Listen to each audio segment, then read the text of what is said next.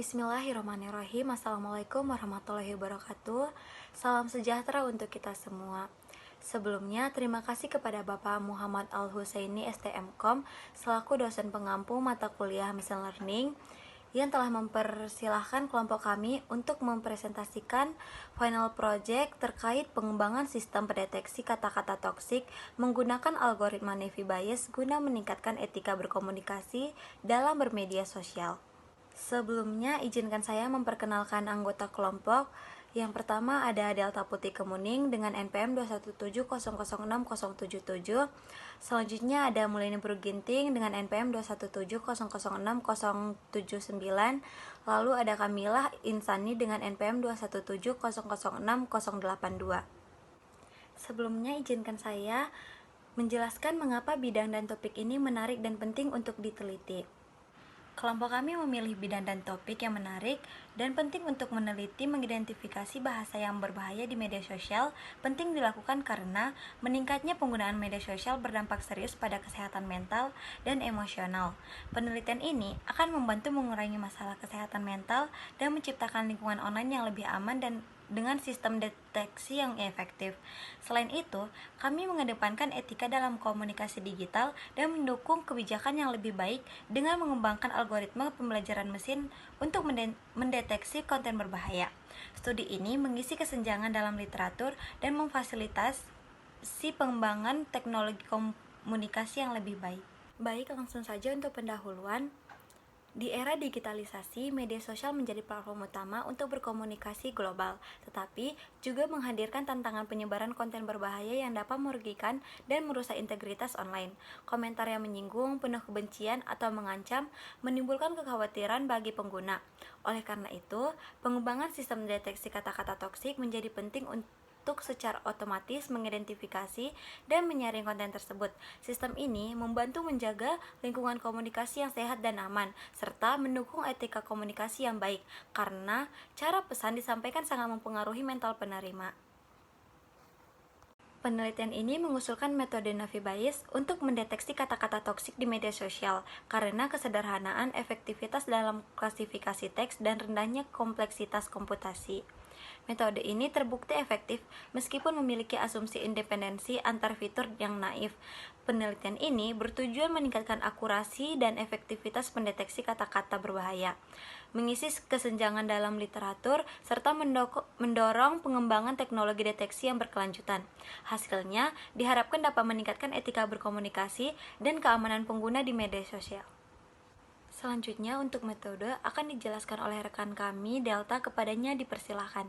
Baik, terima kasih kepada moderator yang telah memberikan kesempatan kepada saya untuk sedikit memaparkan terkait metode yang kami gunakan. Baik, untuk yang pertama di sini, di bagian metodologi kami memiliki gambar terkait tahapan penelitian yang kami lakukan. Untuk tahapan penelitian yang kami lakukan, yakni di sini dapat kita lihat bersama pada gambar, yakni yang pertama ada observasi, dilanjutkan dengan studi pustaka, lalu dilanjutkan dengan pengumpulan data berupa dataset, lalu data preprocessing, kemudian dilanjutkan dengan ekstraksi fitur, lalu dilanjutkan dengan klasifikasi Naive Bayes sebagai metode, kemudian dilakukan pengujian model, dan yang terakhir dilakukan evaluasi model.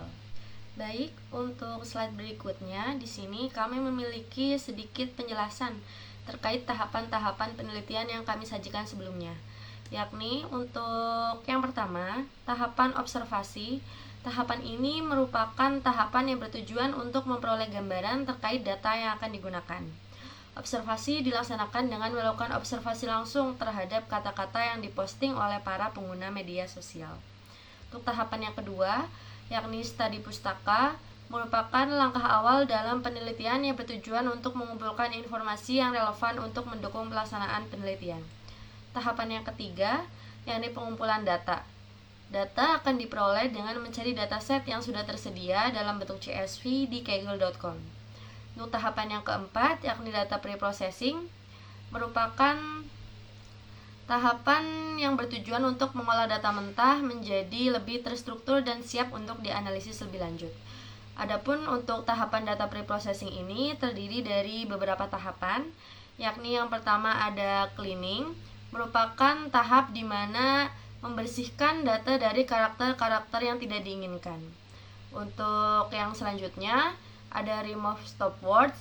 Remove stop words adalah tahapan di mana membersihkan data dari kata-kata umum seperti dan, atau, tetapi, dan lain-lain yang sering muncul dalam teks, namun biasanya tidak memiliki nilai informasi yang signifikan.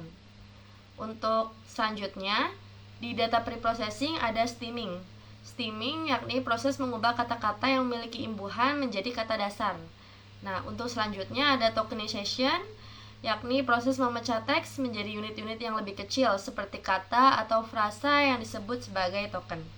Terus selanjutnya, yang terakhir adalah pelabelan.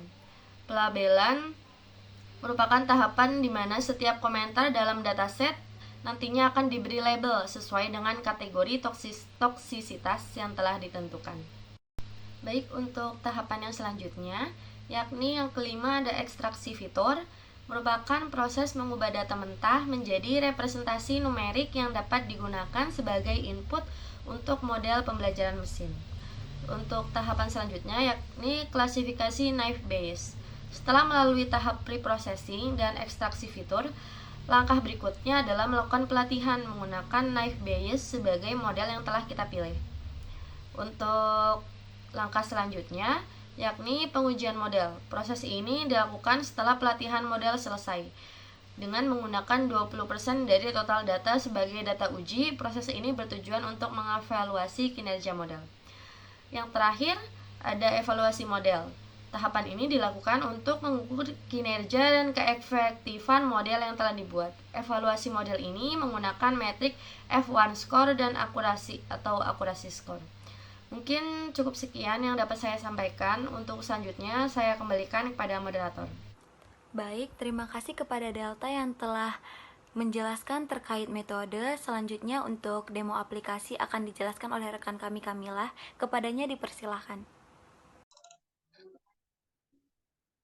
Baik, terima kasih kepada moderator yang telah memberikan saya kesempatan untuk menjelaskan terkait kode dan demo aplikasi machine learning yang telah kami buat, yaitu Toxic Word Detection. Saya izin share screen.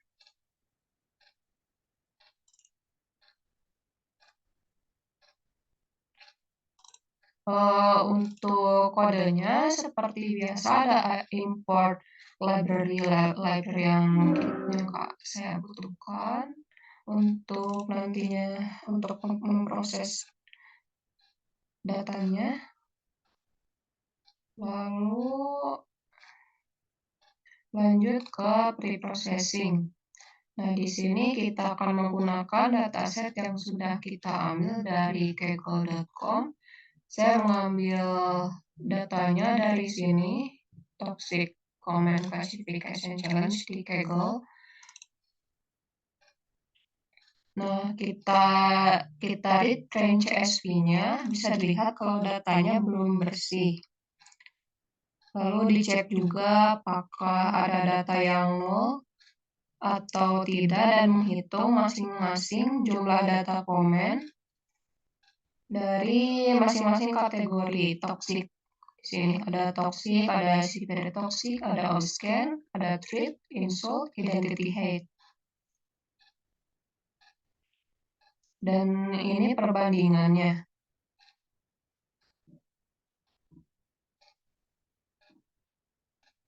Lalu kita lanjut menghapus special karakter menggunakan regex dan menjadikan huruf-huruf dalam datasetnya itu jadi lowercase semua untuk mengurangi noise dan agar nanti modelnya itu tidak sensitif terhadap besar kecilnya huruf yang diinput. Lalu di sini kita gambarkan kata-kata yang sering muncul untuk masing-masing kategori. Bisa dilihat di sini. Ini untuk kategori toxic, ini insult, threat, ya, identity hate, dan obscene, dan severe toxic. Lalu selanjutnya kita balancing datanya dengan mengambil sekitar 80% data training dari jumlah masing-masing kategori yang akan di-train nantinya.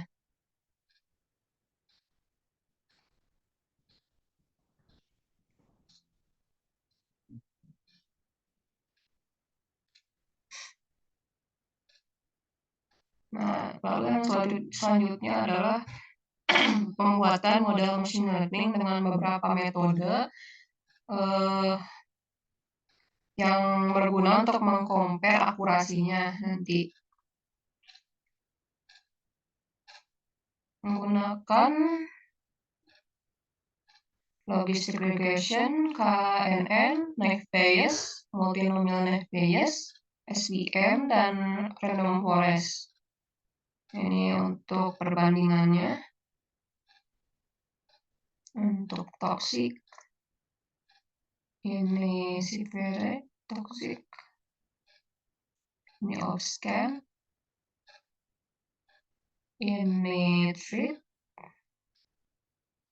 insult, identity hate. Nah, eh tapi bisa dilihat di sini, walaupun bukan yang paling besar, naive Bayes lah yang punya skor akurasi paling stabil gitu. Tapi juga nilainya besar. Di sini 90%, di sini 89, 90%, 88%, 93, dan seterusnya.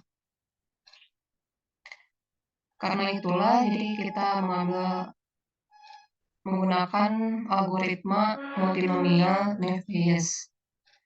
Lalu yang selanjutnya setelah model di-train, data dalam model dilakukan pembobotan dan mengcompare seberapa sering data tersebut muncul dengan TF-IDF pada dokumen yang ada. Di sini menggunakan comment text karena kami menggunakan datasetnya bahasa Inggris, jadi stop word-nya bahasa Inggris. Ini adalah proses final sebelum nantinya model diekspor ke dalam bentuk file format PKL. Kebetulan di sini yang ditampilkan ialah proses toksik saja. Jika ingin men-train kategori yang lain untuk X dan Y-nya di sini dapat diubah jadi comment balanced sesuai kategorinya. Misalkan identity hate,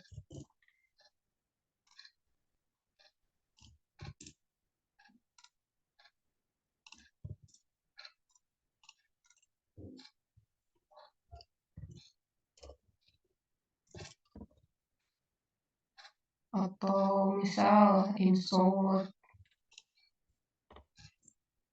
tinggal diubah saja ininya, variabelnya.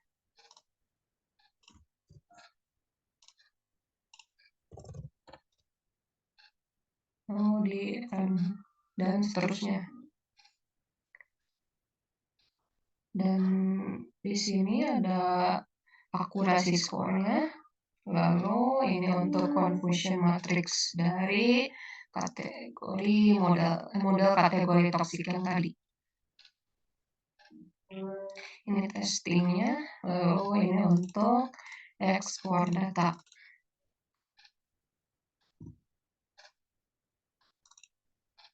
Untuk running up-nya nanti kita akan memakai Streamlit menjalankan aplikasi ini.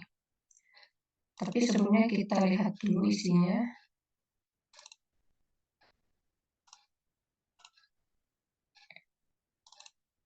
Nah, jadi di dalamnya itu kita mengekspor dari masing-masing model per kategori plus vectorizer-nya juga.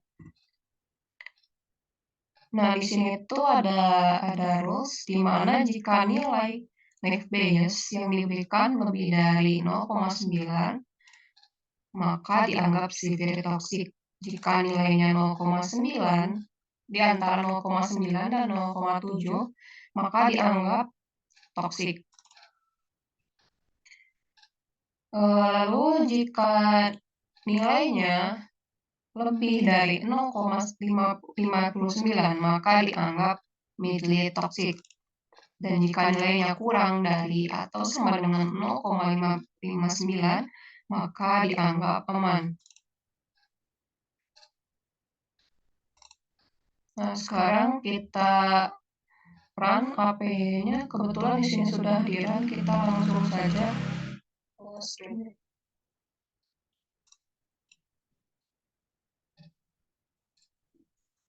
Misalkan saya menggunakan kata kasar,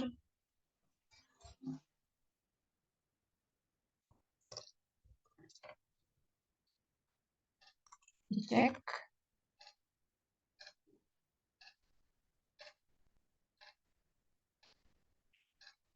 Nah, maka akan muncul warning seperti ini dan ada nilai toksik dari masing-masing kategorinya. Perlihatkan. Lalu jika saya memasukkan kata-kata yang safe, misal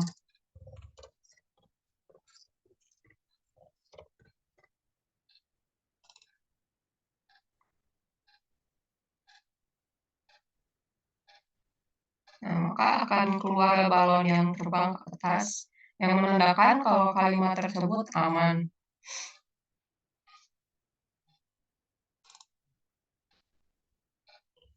Mungkin cukup dari saya untuk mempresentasikan kode dan demonya. Saya kembalikan ke moderator. Baik, terima kasih kepada Kamila yang telah mendemokan aplikasinya. Selanjutnya, izinkan saya memberikan kesimpulan terkait tugas final project kami. Media sosial sebagai platform utama komunikasi global menghadapi tantangan penyebaran konten berbahaya yang merugikan dan merusak lingkungan online. Sistem deteksi kata-kata berbahaya sangat penting untuk mengidentifikasi dan menyaring konten, menjaga komunikasi yang sehat dan aman. Penelitian ini bertujuan meningkatkan akurasi deteksi konten berbahaya dengan metode Navy Bayes, berkontribusi pada literatur dan mendukung pengembangan teknologi deteksi berkelanjutan. Dari hasil penelitian, bisa disimpulkan bahwa Navy Bayes sangat efektif untuk learning model pendeteksi kata toksik. Saran pengembangan untuk kedepannya, mengingat banyak model yang dihasilkan di masa depan nanti, bisa dikembangkan kembali menggunakan pendekatan ensemble agar model yang dihasilkan lebih powerful lagi dan implementasinya lebih efisien.